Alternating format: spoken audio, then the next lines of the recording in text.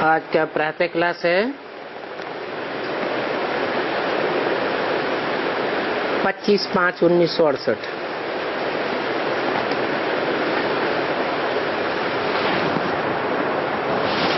जब ओम शांति कहते हैं तो बड़े उल्लास से कहते हैं, अर्थात हम आत्मा शांत स्वरूप हैं। ये अर्थ तो कितना सहज है।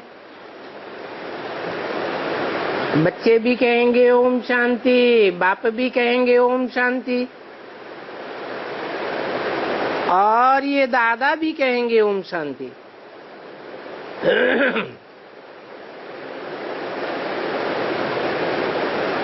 वो कहते हैं मैं परमपिता परमात्मा हूँ, और ये कहते हैं मैं आत्मा हूँ।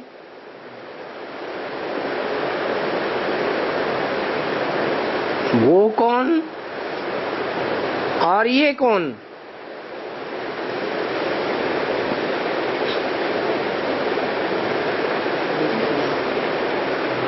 वो कह के दूर क्यों कर दिया? बोलने वाला ब्रह्मा के मुख में ही बोल रहा है, फिर वो क्यों कह दिया?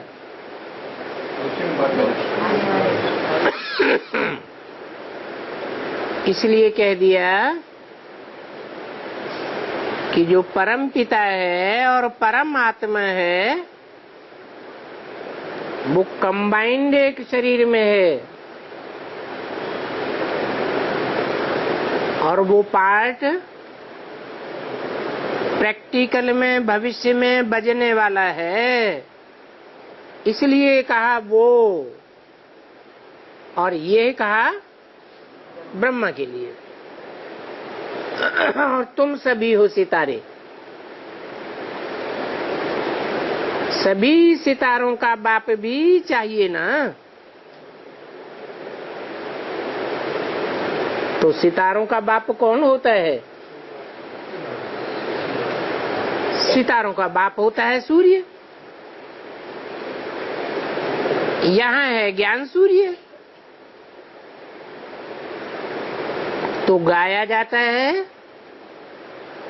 सूरज, चांद और सितारे।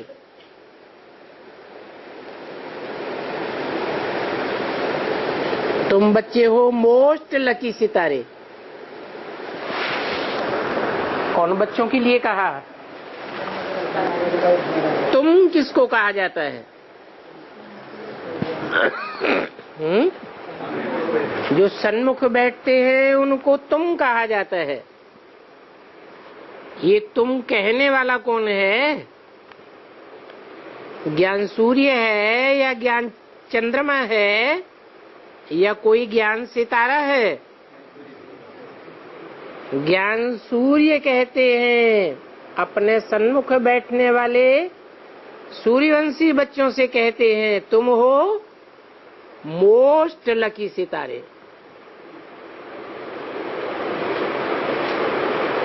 मोस्ट कहा तो कोई बच्चों से टैली किया ना। किनसे टैली किया है? ज्ञान चंद्रमा के चंद्रवंशी बच्चों से टैली किया, या तो जो और सप्तऋषि हैं जिनकी पूजा नहीं होती है, परंतु गायन तो है, जो नारायण बनते हैं, कम कलाओं के नारायण बनते हैं।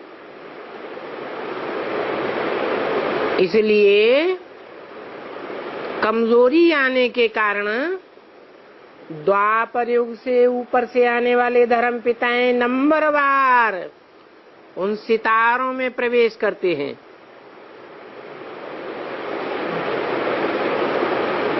तो कोई सितारों के फॉलोअर्स बच्चे हैं,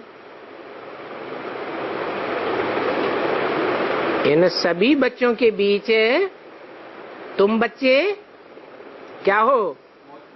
मोस्ट लकी सितारे।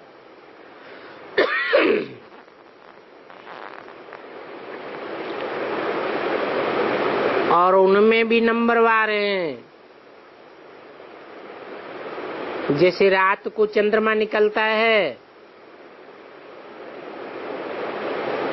तो रात के सितारों में कोई डिम और कोई तो बड़े तीखे होते हैं, कोई चंद्रमा के ठीक आगे होते हैं। सितारे हैं ना, और तुम भी ज्ञान सितारे हो। कहते भी हैं भ्रकुटी के बीच में चमकता है अजब सितारा। बाप कहते हैं ये सितारे तो बड़े ही वंडरफुल हैं। कौन से सितारे हैं? जो सन्मुख बैठे हुए हैं वो तो बड़े ही वंडरफुल हैं। एक तो बहुत छोटी बिंदी है,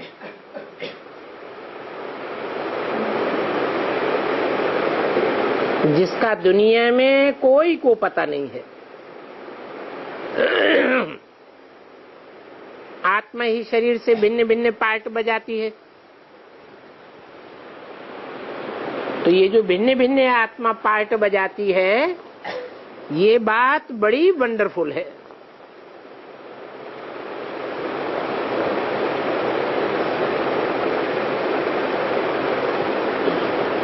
एक तो बहुत छोटी बिंदी है,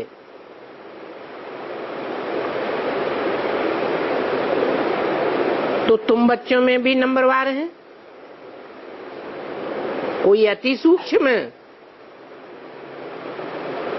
बहुत सूक्ष्म स्टेज वाले हैं, कोई कैसे हैं। तो बाप उन बच्चों को बैठ करके याद करते हैं। किनको? जो अच्छी रीति चमकते हैं। कौन सी चमक? जो ज्ञान की रोशनी की अच्छी चमक मारते हैं।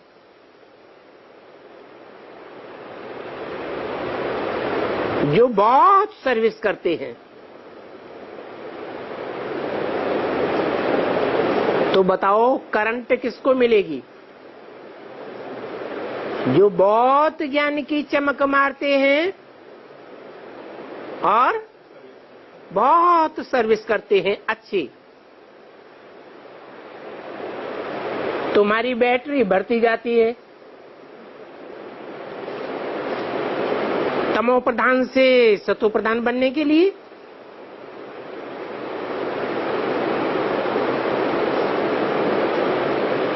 तुम्हारी बैटरी की क्या खासियत है? जो और धर्मों में कन्वर्ट होने वाले सितारे हैं, उनके मुकाबले तुम्हारी आत्मा रूपी बैटरी में क्या खासियत है?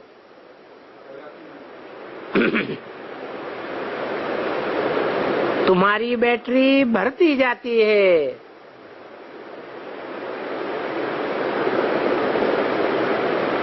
तमो प्रधान से सतो प्रधान बनने के लिए। और सतो प्रधान कौन से युग में होते हैं? सतयुग में होते हैं सतो प्रधान। तो देखो, तुमको भी सर्च लाइट मिलती है नंबरवार पुरुषार्थ अनुसार। कौन सा पुरुषार्थ बताया?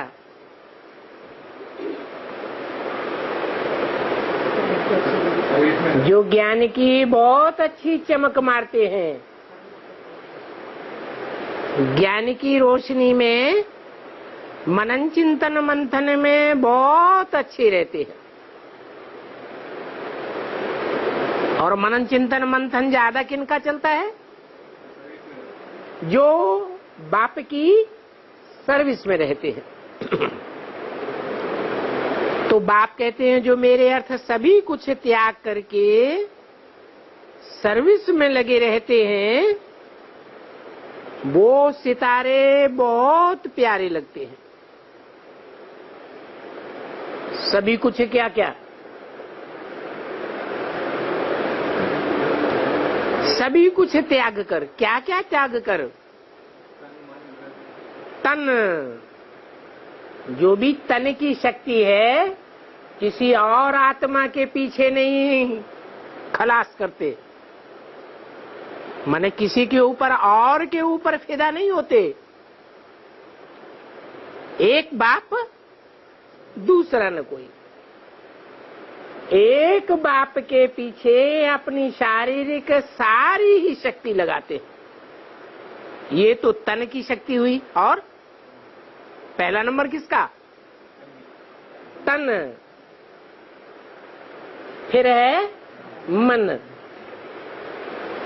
जो भी मानसिक पावर है, मन से याद करने की शक्ति है, संकल्प शक्ति, वो सारी मेरे कार्य में लगाते हैं। और धन की भी सारी शक्ति, जो भी धन कमाते हैं, वो धन की सारी शक्ति, चाहे हद का धन हो और चाहे बेहद का ज्ञान धन हो, किसके लिए लगाते हैं? एक बाप के कार्य में लगाते हैं। तन मन धन। और सबसे बड़ी शक्ति है आज की दुनिया में समय। सारा समय मेरे पीछे लगाते हैं, मेरे कार्य में लगाते हैं। संबंध और संपर्क की भी शक्ति मेरे लिए लगाते हैं। ऐसे सब कुछ त्याग करके ईश्वरीय सेवा में लगे रहते हैं। वो बच्चे तो बहुत प्यारे लगते हैं और दिल पर भी चढ़ते हैं।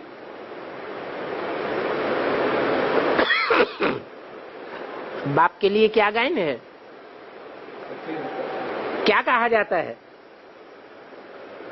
एक एक बच्चे की दिल लेने वाला। दिल लेने वाले का यादगार क्या है माउंट आबू में? दिल वाला यादगार। दिल वाला मंदिर भी है ना। अभी दिल वाला या दिल लेने वाला मंदिर किसकी दिल लेने वाला? तुमने देखा है ना, प्रजापिता ब्रह्मा बैठा है कहाँ? दिल वाला मंदिर में। जरूर उनमें शिव बाबा की प्रवेशता है। और फिर तुम देखते हो कि ऊपर में स्वर्ग की स्थापना भी है। ऊपर में क्यों? नीचे तुम याद में बैठे हो, तपस्या में बैठे हो, वो भी तुम्हारी यादगार है कोठरियों में। और फिर ऊपर जब तुम तपस्या करते करते ऊंची स्टेज में जाते हो, तो तुम कैसे स्वर्ग का अनुभव करते हो? स्वर्णिम संगम युगी स्वर्ग का जो अनुभव करते हो, वो स्थापना कौन सी युग में होती है? पुरुषोत्तम संगम युग में ही वो स्थापना होती है, जिसकी यादगार क्या दिखाई है? दिलवाड़ा मंदिर में ऊपर स्वर्ग दिखाया है। ऊपर क्यों दिखाया है? तुम्हारी तपस्या की ऊंची स्टेज की यादगार है। ऐसी ऊंची स्टेज कि सारी दुनिया में कयामत बर्पा होती है। सारी दुनिया की आत्माएं हाय हाय करके शरीर छोड़ती हैं, और तुम क्या अनुभव करते हो? तुम जैसे कि स्वर्ग में अनुभव करते हो। स्वर्ग माने तुम्हारा आत्मा जो है वो ही स्व है। स्व माने आत्मा। आत्मा कहाँ गई? ग माने गई। कहाँ गई? स्व स्थिति में चली जाती है। देह पर है। देह के 5 तत्व प्रकृति के तत्व पर हैं। तुम प्रकृति के 5 तत्वों से परे स्व स्थिति में अनुभव होते हो, अर्थात स्वर्ग का अनुभव करते हो। तो दिलवाड़ा मंदिर तुम्हारा पूरा यादगार है। नीचे तपस्या में बैठे हो और ऊपर स्वर्ग लगा पड़ा है। तो ये मॉडल दिलवाड़ा मंदिर छोटा सा बनाया हुआ है। तुम्हारा छोटा सा मॉडल है।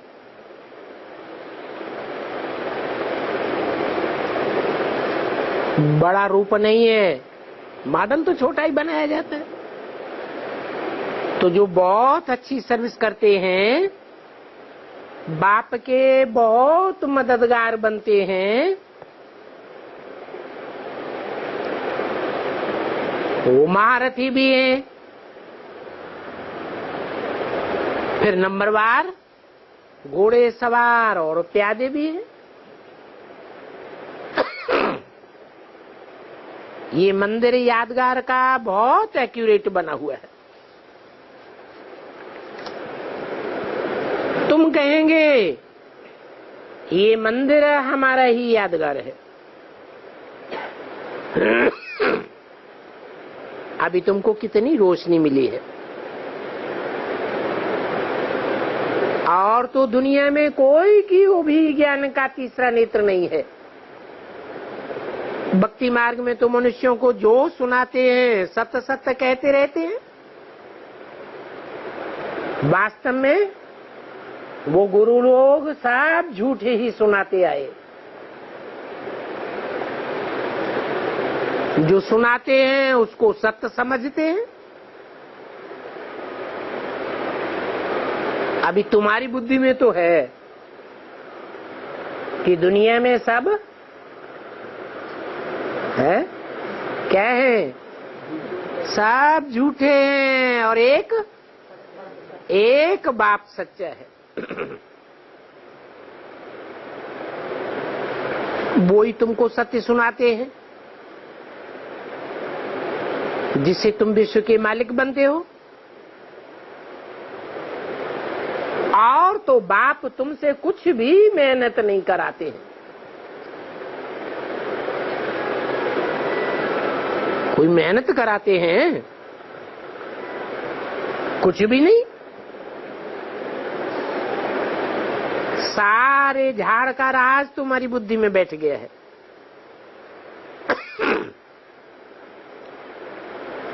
तुमको समझाते तो बहुत सहज है।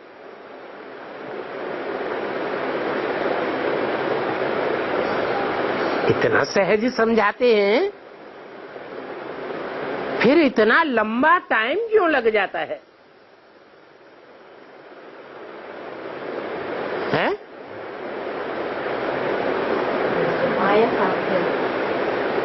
नॉलेज में वर्षा लेने में टाइम नहीं लगता है। टाइम लगता है पवित्र बनने में। क्यों? क्योंकि 63 जन्म अपवित्र बनते रहे और अभी एक जन्म में पवित्र बनना होता है।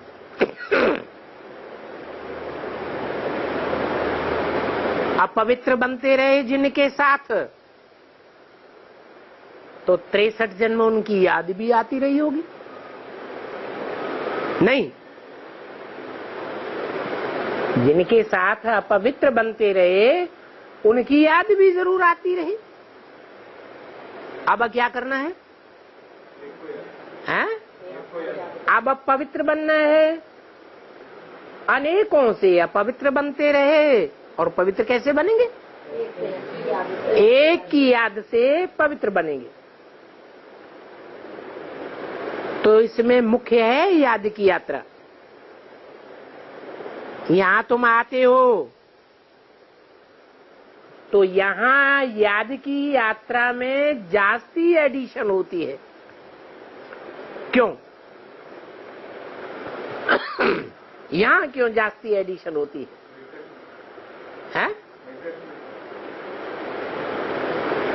क्योंकि बाहर की दुनिया में साकार में संग का रंग दूसरों का लगता है, और यहाँ एक बाप का संग का रंग लगता है। तो यहाँ याद की एडिशन जास्ती हो जाती है।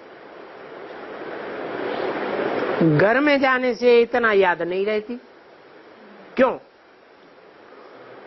है? याद का रहस्य क्या है?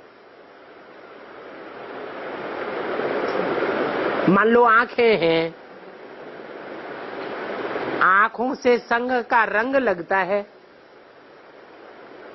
तो जिनका संग लगता है, जिनको आंखें देखती हैं, वो याद आते हैं या नहीं आते हैं? आते हैं।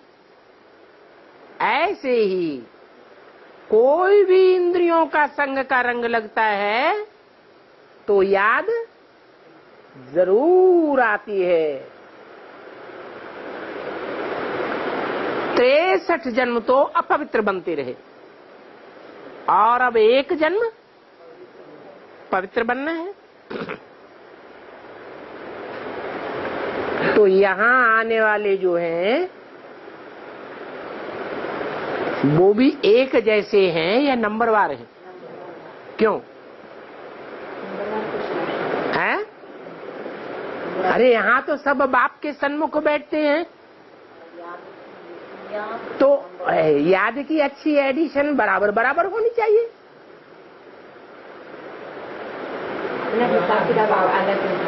क्या हिसाब किताब अलग है? सब तो बैठे हैं सामने।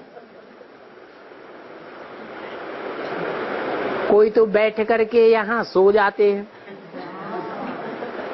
तो याद की एडिशन होगी? अच्छा, सो नहीं जाते हैं, जागृत रहते हैं, परंतु बुद्धि बाहर की दुनिया में चली जाती है, घर में भाग जाती है, मिटमेट्स में भाग जाती है। तो यहाँ भी नंबरवार हो जाते हैं। कोई तो यहाँ बैठे बुद्धि में ये नशा होगा कि हम बच्चे और वो बाप है। सबकी बुद्धि में ये नशा नहीं होगा, कोई कोई की बुद्धि में होगा। बेहद का बाप और हम बच्चे यहाँ बैठे हैं। तुम बच्चे जानते हो बाप इस शरीर में आया हुआ है, और बाप हमको दिव्य दृष्टि दे रहा है। दिव्य दृष्टि क्यों है? दिव्य दृष्टि दे रहा है, ऐसा क्यों कहा?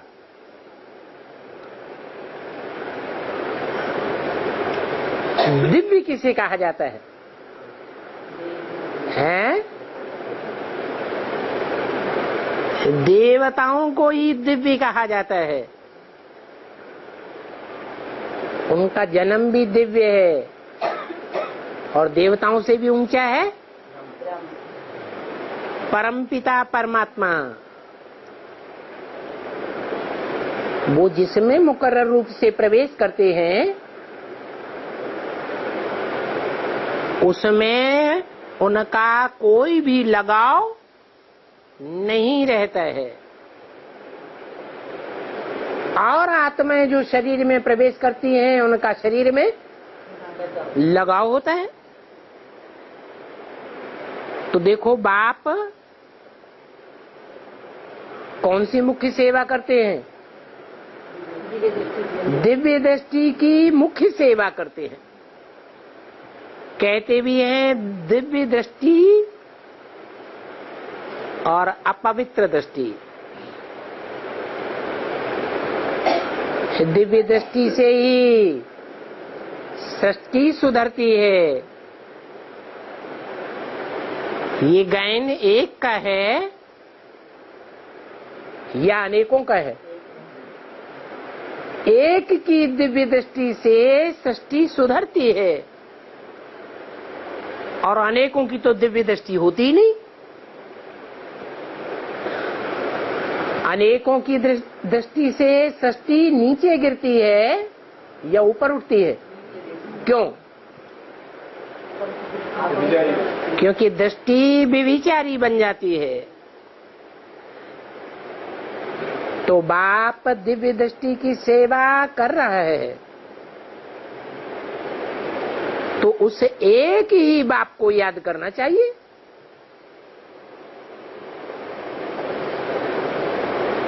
और कोई की तरफ बुद्धि नहीं जानी चाहिए।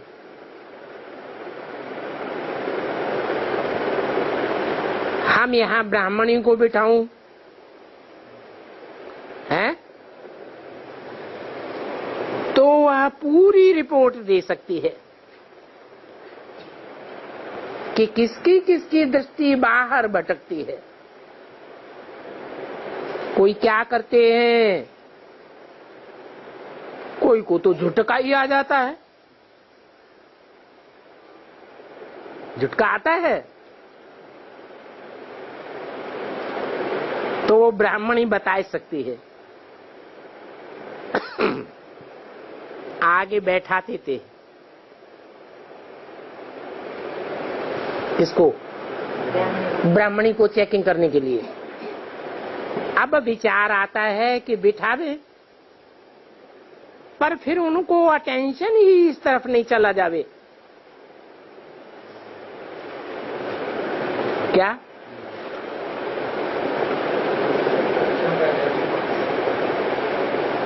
अटेंशन इस तरफ न चला जावे, मुझ न जावे, इसलिए उनको बिठाना छोड़ देता हूं।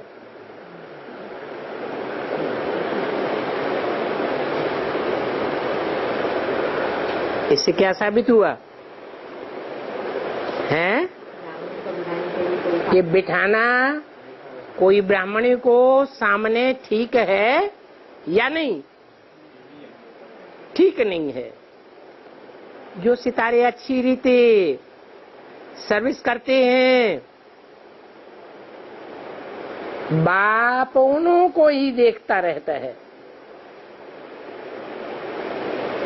क्योंकि बाप का सर्विसेबल बच्चों पर लव रहता है ना। स्थापना में मदद करते हैं। जैसे कल्प पहले मदद की थी हूबहू वैसे ये राजधानी स्थापन हो रही है। क्या कैसी कैसी मदद करते हैं, है? कोई तो चांडालों का ग्रुप निकालते हैं, कोई राजाओं महाराजाओं का ग्रुप निकालते हैं, कोई रानियों का ग्रुप निकालते हैं, कोई राजा के जो मददगार बनते हैं राजाई चलाने में उनका ग्रुप निकालते हैं। तो एक जैसा निकालते हैं या राजधानी के अलग अलग प्रकार के मोहरे निकालते हैं। कोई श्रेष्ठ निकालते हैं, कोई नीच किस्म के मणके भी निकालते हैं, नीची पद वाले। राजधानी में तो सब चाहिए ना। सब कौन कौन?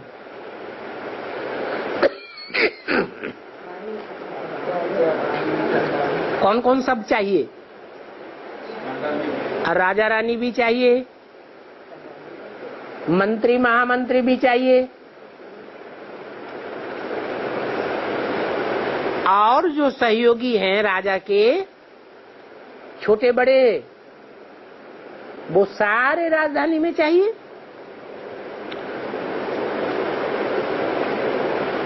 कलप पहले मिसल सब चाहिए।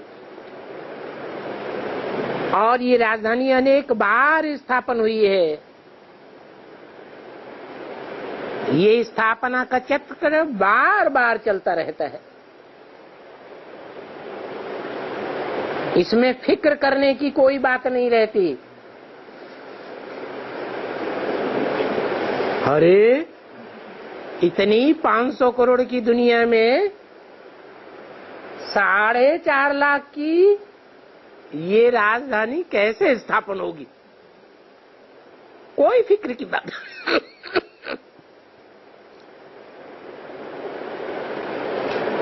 तुम बच्चे बाप के संग हैं तो संग का रंग लगता जाता है, और जितना तुमको संग का रंग लगता जाता है उतना तुम्हारा फिक्र कम होता जाता है। ये ड्रामा बना हुआ है तुम्हारे लिए। बाप बच्चों के लिए स्वर्ग की राजाई लेकर आए हैं। सिर्फ कहते हैं मीठे मीठे बच्चों, पतित से पावन बनने के लिए बाप को याद करो। अभी जाना है तुमको स्वीट होम, जिसके लिए ही भक्ति मार्ग में तुम माथा मारते आए हो।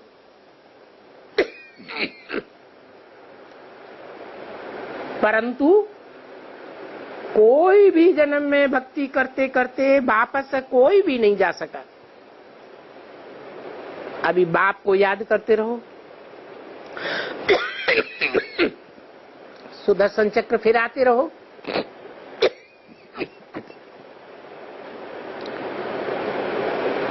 अलफ और बे, बाप को याद करो, 84 के चक्र को याद करो। आत्मा को 84 के चक्र का ज्ञान तो हो गया है ना। दुनिया में तो रचयिता और रचना के आदि मध्यंत को कोई भी नहीं जानते हैं। तुम तो जानते हो।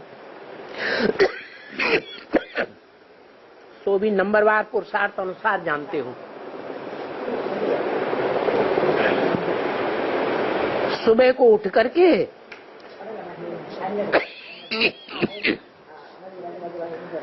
तुम बुद्धि में ये याद करो कि अब हमने 84 का चक्र पूरा किया है, अब हमको वापस जाना है। हम आत्मा रूपी एक्टर का पार्ट पूरा हुआ।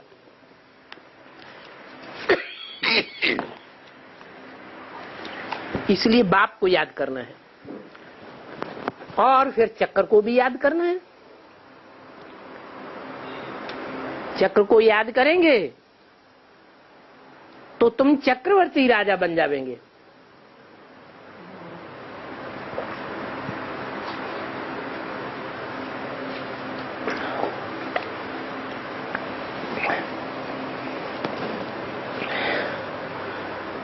ये तो सहज बात है ना। परंतु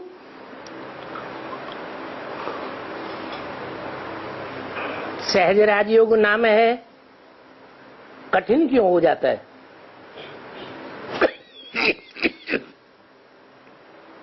क्योंकि माया तुमको बुला देती है। माया के बहुत तूफान आते हैं। तूफान आते हैं तो आत्मा रूपी दीपक बुझ जाते हैं। माया बड़ी दुस्तर है। इतनी शक्ति है जो सर्वशक्तिवान बाप के बच्चों को भी भुला देती है।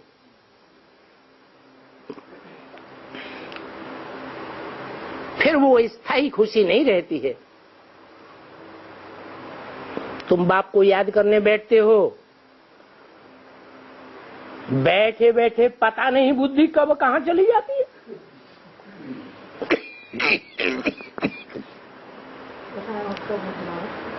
ये सभी गुप्त बातें हैं।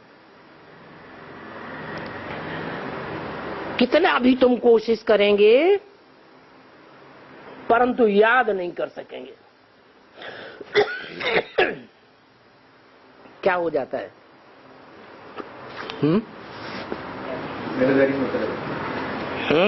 इधर चले जाते हैं। क्यों?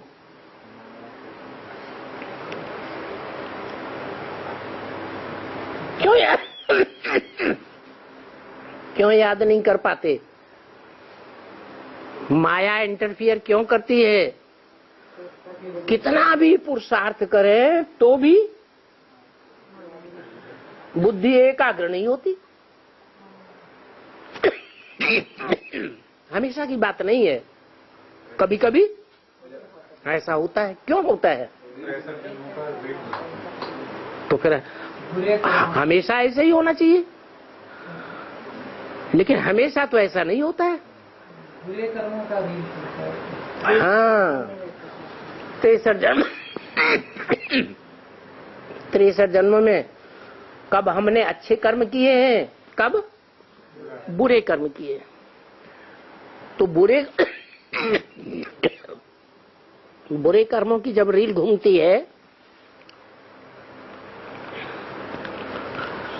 तो हम कितना भी पुरुषार्थ करते हैं, माया हमको इंटरफियर कर देती है।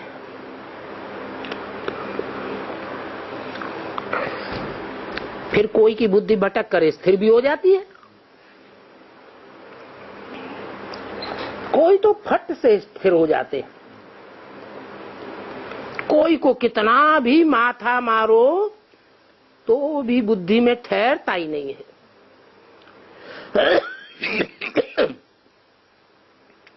इनको माया का युद्ध कहा जाता है।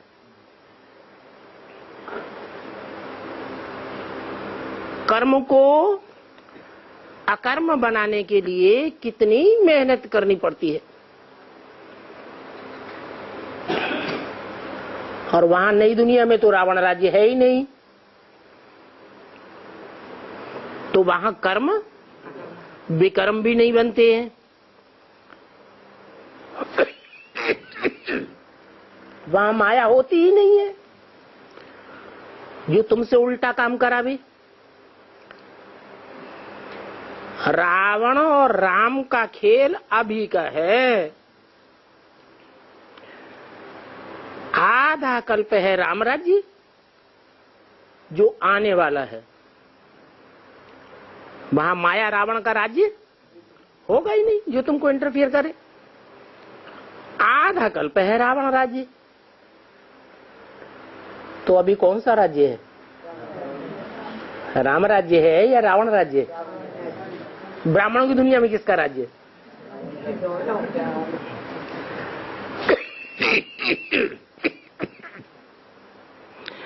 ब्राह्मणों की दुनिया में मधुबन में माया आती है या नहीं आती है? अरे बाप का घर है, माया बेटी है ना, तो आने देंगे या नहीं आने देंगे? हैं?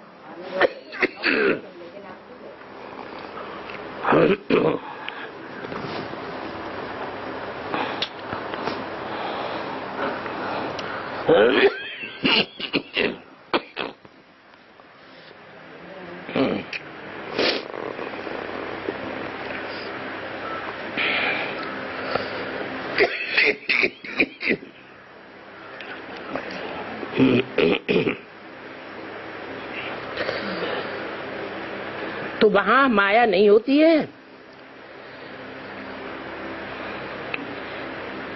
तुम जानते हो आधा कल्प है राम राज्य, आधा कल्प है रावण राज्य। जब राम का राज्य होता है तो दिन होता है या रात होती है? दिन हो जाता है। क्या राम राज्य में रात नहीं होगी? हैं?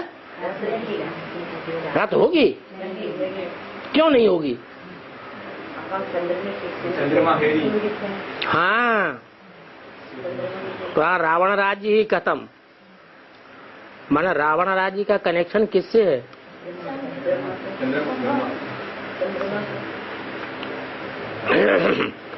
जो ज्ञान की रोशनी लेने वाला है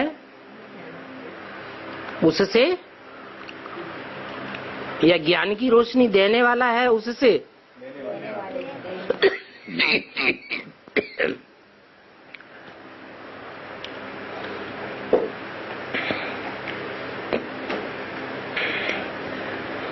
संगम युग पर सिर्फ ब्राह्मण ही होते हैं। अभी तुम्हारे लिए है संगम युग और दुनिया वालों के लिए है कलयुग। अभी तुम ब्राह्मण समझते हो रात पूरी हो दिन शुरू होना है, वो वर्ण वाले थोड़े ही समझते हैं कि ये रात पूरी होने वाली है, सतयुग का सवेरा आने वाला है। और वो सन्यासी आदि तो कुछ भी नहीं जानते हैं। यहां भी मकानों में आकर रहते हैं, उन्हों के शिष्य लोग फट से मकान का प्रबंध कर देते हैं। फिर वो बहुत आवाज से गीत आदि गाते हैं और तुमको तो आवाज से परे जाना है। वो आवाज में आने का अभ्यास करते हैं और तुम आवाज से परे जाने का अभ्यास करते हो। तो तुम अपने बाप की याद में मस्त रहते हो। आत्मा को ज्ञान का तीसरा नेत्र मिला है। आत्मा समझती है बाप को याद करना है। भक्ति मार्ग में मुख से शिव बाबा तो करते आए। क्या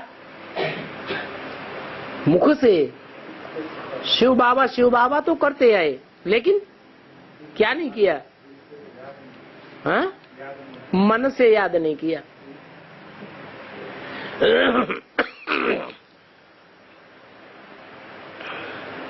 भक्ति मार्ग में बोलते भी आए, माला तो कर में फिरे, कर हाथ में माला फिरे, जीभ फिरे मुख माहे। मुख में जीभ फिरती रहती है, राम राम राम राम राम राम। मनुआ तो चहुंदी सी डोले। ये तो सिमरना है। मन है वो दुनिया में भटकता रहता है। ये तो स्मरण अर्थात याद, ये कोई याद नहीं है।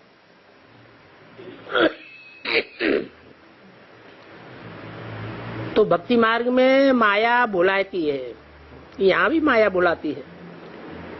ये माया के तूफान आते रहते हैं। यहाँ भी मकानों में आकर वो सन्यासी बैठते हैं। फिर उन मकानों में बहुत आवाज होता रहता है।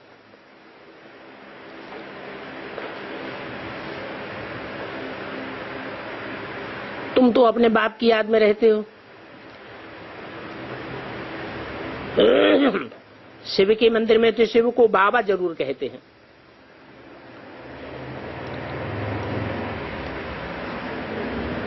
बाबा क्यों कहते हैं ये तो ज्ञान किसी को कुछ भी नहीं है।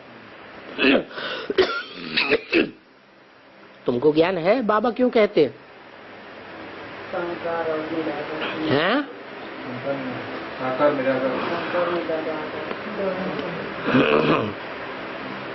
अच्छा, दुनिया के हिसाब से बाबा किसको कहा जाता है? ग्रैंडफादर। तो दुनिया के हिसाब से भी जो दुनिया वालों के बाप हैं, क्रिश्चियंस का बाप है या नहीं? क्राइस्ट। मुसलमानों का बाप है या नहीं है? कहेंगे मोहम्मद। इस्लामियों का बाप है इब्राहिम। बौद्धियों का बाप है बुद्ध। तो अनेक धर्म वालों के जो भी बाप हैं वो तो बाप हो गए, और उन बापों का भी बाप है। तो क्या हुआ? ग्रैंडफादर हो गया। बाबा कहेंगे ना, तो भक्ति मार्ग में शिव बाबा कहते तो जरूर हैं, लेकिन उन विचारों को ज्ञान कुछ भी नहीं है। अभी तुमको तो ज्ञान मिला है कि वो शिव बाबा है।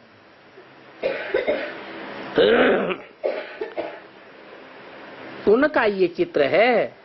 कौन सा चित्र? हाँ? कौन सा चित्र उनका है? शिव बाबा का चित्र कौन सा है? हैं? अरे नहीं, मंदिर की बात हो रही है कि भक्ति मार्ग में लोग मंदिर में जाते हैं, शिव के मंदिर में जाते हैं, मुख से कहते हैं शिव बाबा शिव बाबा शिव बाबा। तो वो तो जानते ही नहीं है कि बाबा क्यों कहते हैं। तुम जानते हो क्यों बाबा कहते हैं? क्योंकि जिस तन में आते हैं मुकर्रर रथ में,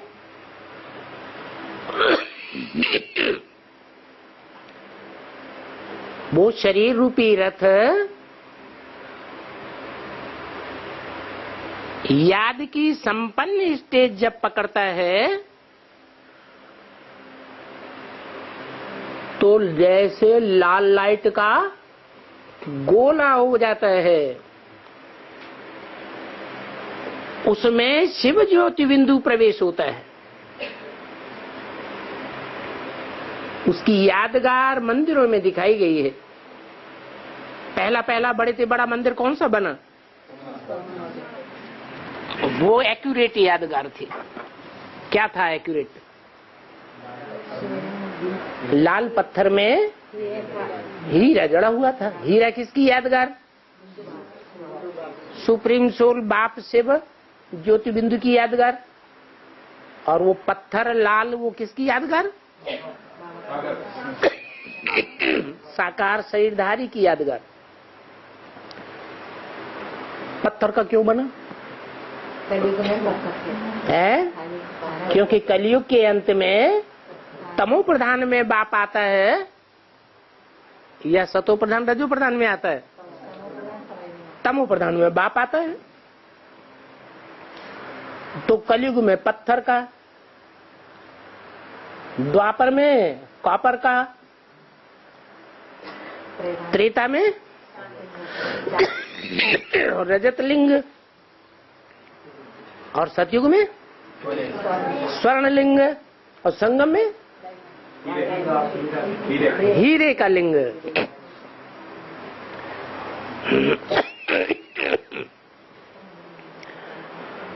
तो देखो, सन्यासी कुछ भी नहीं जानते हैं।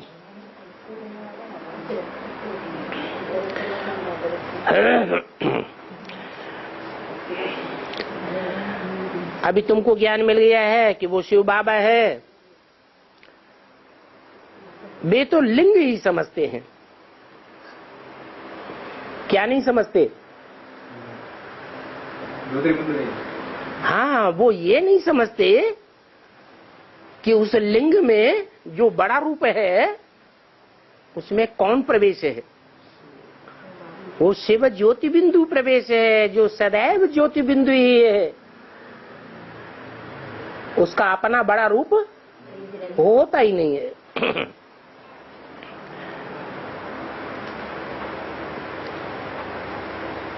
लिंग क्यों दिखाया है? देवताओं के तो सब इंद्रियां दिखाएंगे, कमल नयन, हस्त कमल, पाद कमल, कहते हैं ना मुख कमल। लेकिन शिव बाबा का लिंग दिखाया है। क्यों लिंग दिखाया है? उनकी बुद्धि में कुछ भी नहीं है।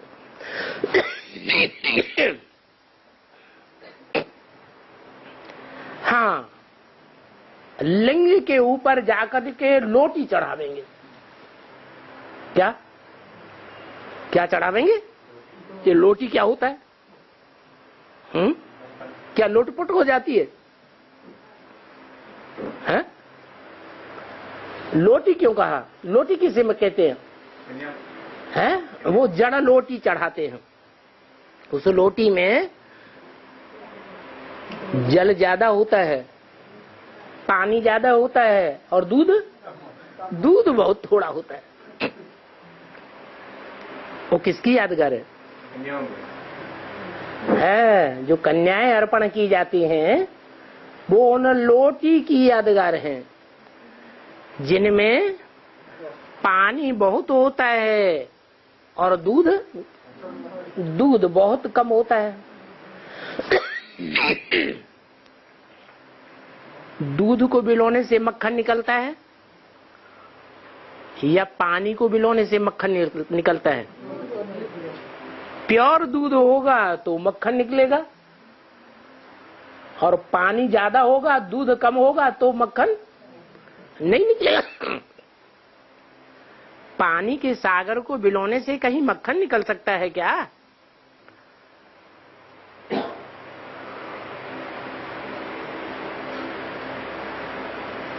तो मक्खन काहे से निकलता है? हाँ? ये क्या राज है जो मक्खन निकलता है? पानी की गंगा क्यों कही जाती है?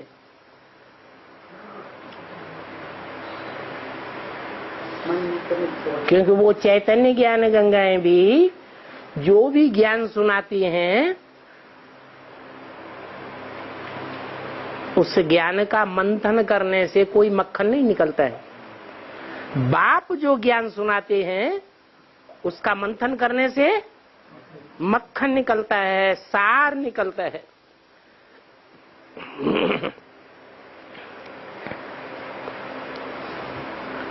तो वो तो निराकार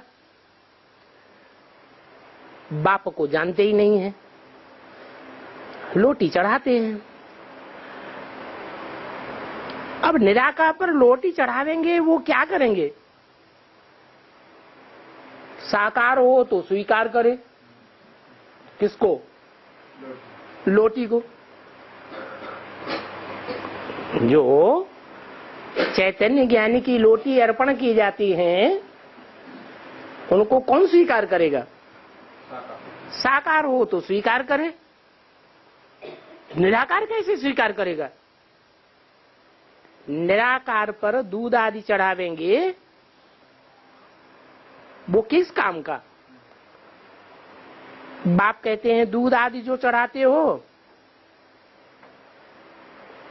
वो दूध तो तुम ही पीते हो। क्या ये कहाँ की यादगार है? जो शिवलिंग के ऊपर दूध चढ़ाते हैं, मक्खन चढ़ाते हैं, घी से स्नान कराते हैं, ये दूध चढ़ाने की यादगार किस समय की है? कैसे? कब?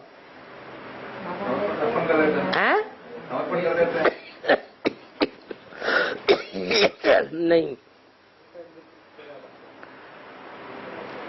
जिस लिंग पर दूध चढ़ाते हैं वो लिंग कभी तो बेसिक नॉलेज में था है, और बेसिक नॉलेज में जब था तो कोई ने उसके ऊपर दूध चढ़ाया होगा या नहीं चढ़ाया होगा? मुरलियों के महावाक्य हैं, चढ़ाए थे।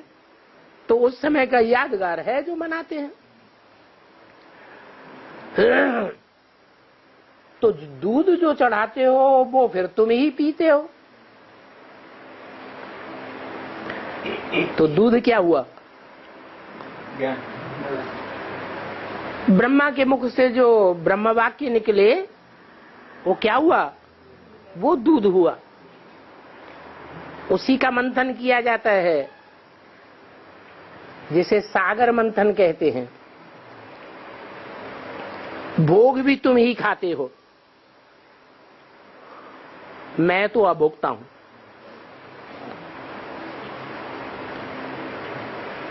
मैं अभी तुम्हारे सन्मुख हूं ना। आगे तो जो भक्ति मार्ग में करते थे वो इनडायरेक्ट करते थे। इनडायरेक्ट कैसे? गुरुओं के द्वारा। कौन से गुरुओं के द्वारा करते थे? ब्राह्मण। हाँ, ब्राह्मणों की दुनिया में ही ऐसे गुरु हैं जिनके द्वारा हम अर्पण करते थे। डायरेक्ट शिव के हाथ में देते थे क्या? शिव बाबा के हाथ में देते थे क्या? नहीं, आगे इनडायरेक्ट करते थे और अभी तो डायरेक्ट है। डायरेक्ट कैसे? बीच में प्रजापिता नहीं है, है? हाँ, प्रजापिता है तो, लेकिन प्रजापिता में शिव भी तो है कि नहीं है? तो डायरेक्ट हुआ ना।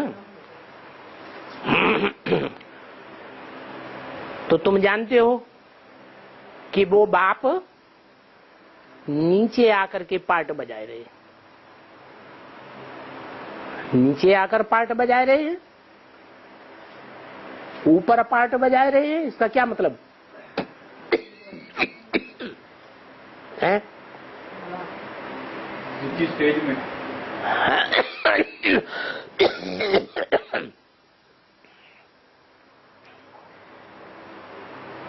इस साकार दुनिया नीचे है और निराकारी दुनिया ऊंची स्टेज में।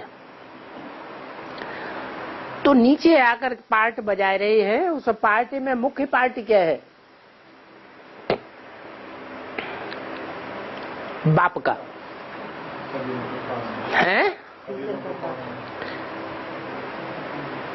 सर्च लाइट दे रहे हैं। अभी तो ज्ञान भी सुनाए रहे हैं।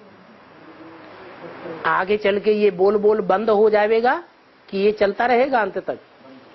है, बंद हो जाएगा। बच्चे समझते हैं मधुबन में बाबा के पास जरूर जाना चाहिए। क्यों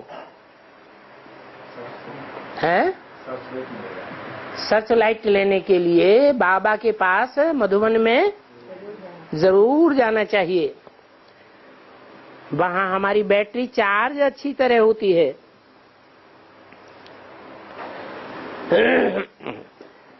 वहां तो घर में गोरख धंधा आदि में अशांति ही अशांति रहती है।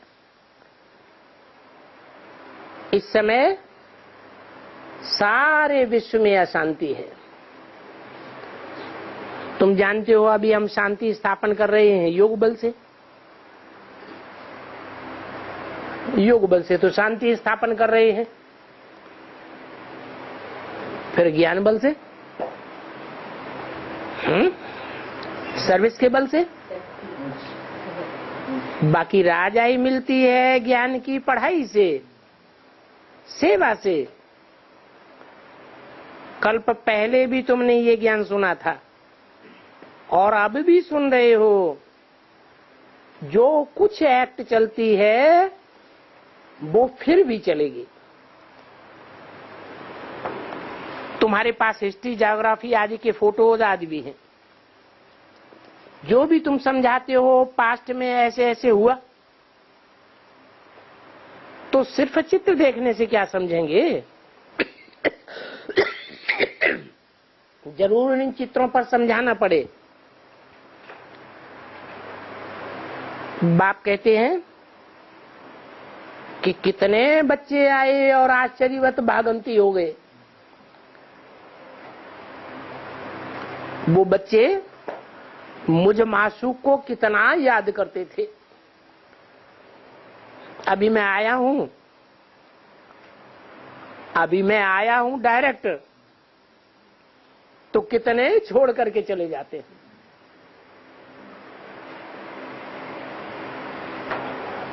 ब्रह्मा के तन में बाप के रूप में आया था?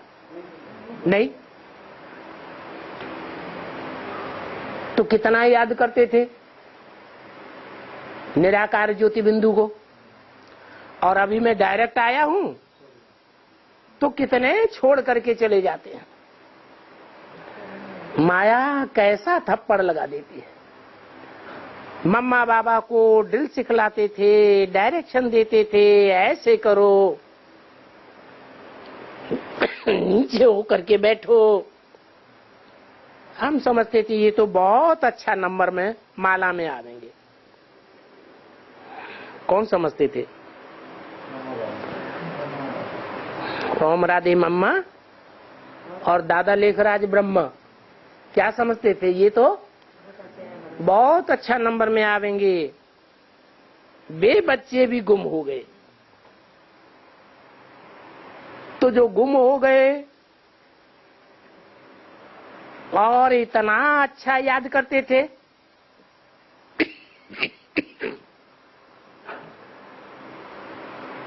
फिर चले गए, तो ये सब बातें समझानी पड़े।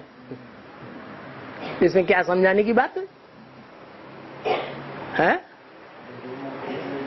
कि आदि में जो हुआ वो आदि वाले जरूर फिर दोबारा आवेंगे या नहीं आवेंगे।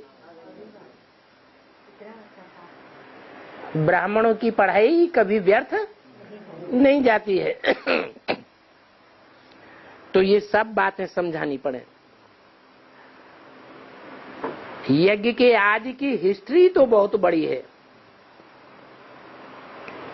बाकी कृष्ण के चरित्र क्या होंगे है?